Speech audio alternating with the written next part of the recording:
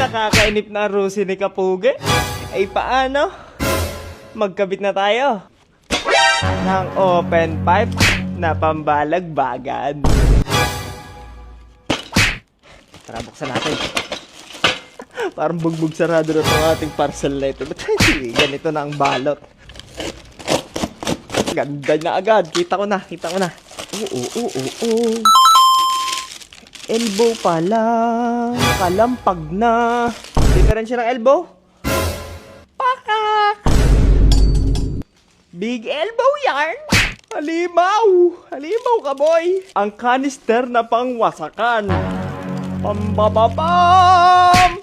Pabababababababababababam! Pum pum pum! Sa mga kinama, huwag niya lang intindihin yan. Ayan hindi ho itong mga original. At ito ang ating magiging pangwasakan na tambutsulahan. Gusto ko lang marinig bang may malupit ng tunog aring si Rusas. Tara, isalpak natin. Andito na po ang labahin. Rusas, bagong pyesa mo. Tingin ko mga pandurugan talagang tunog nito eh.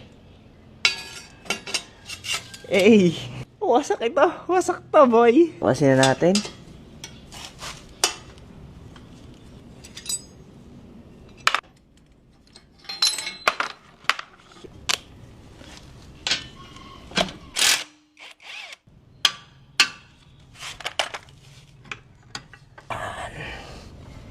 Istak tambutso out. Pasok ka kaya boy.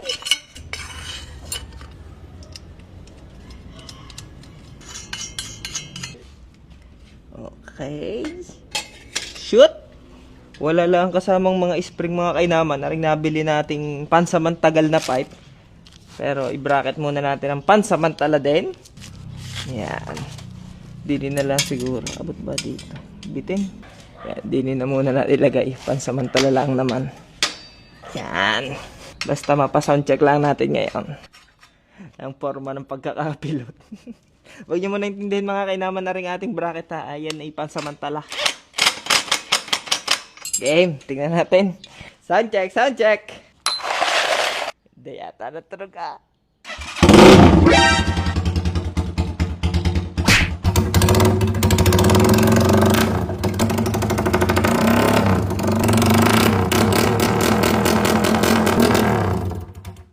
Para di mga Raider F5 na. Ba't ganito talaga ng mga rosing ganito? Hindi baka dahil 175cc. Oo nga, malaki nila. Mga kailangan ba't kaya? Ang ganda rin ang tunog niya. Parang siya kalampag na talaga eh.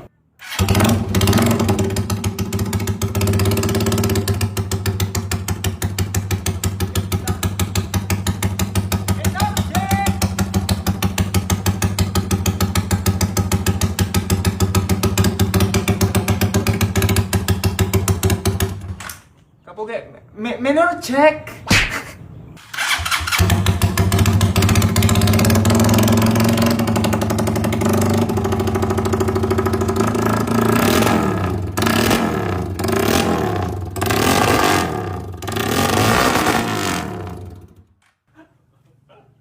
Aray, mababarangay dito eh. Baka tayo mabarangay pa.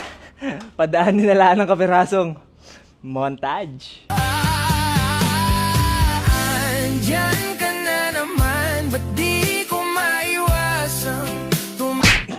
Huwag nyo na lang pansinin ang ring bracket natin mga kainaman ha. At ari nga, sabi ko naman sa inyo, pansamantala lang ho aring ating tambutsong aring bracket na pansamantala pa lang ang setup na yan. Siya, tama na muna rin din mga kainaman. Sa mga gusto maglibang-libang nga dyan, dyan tayo nakakakuha ng pambili ng mga piyesa. 789 Bigo, nasa comment section ng link. At Kapugi, gising-gising boy.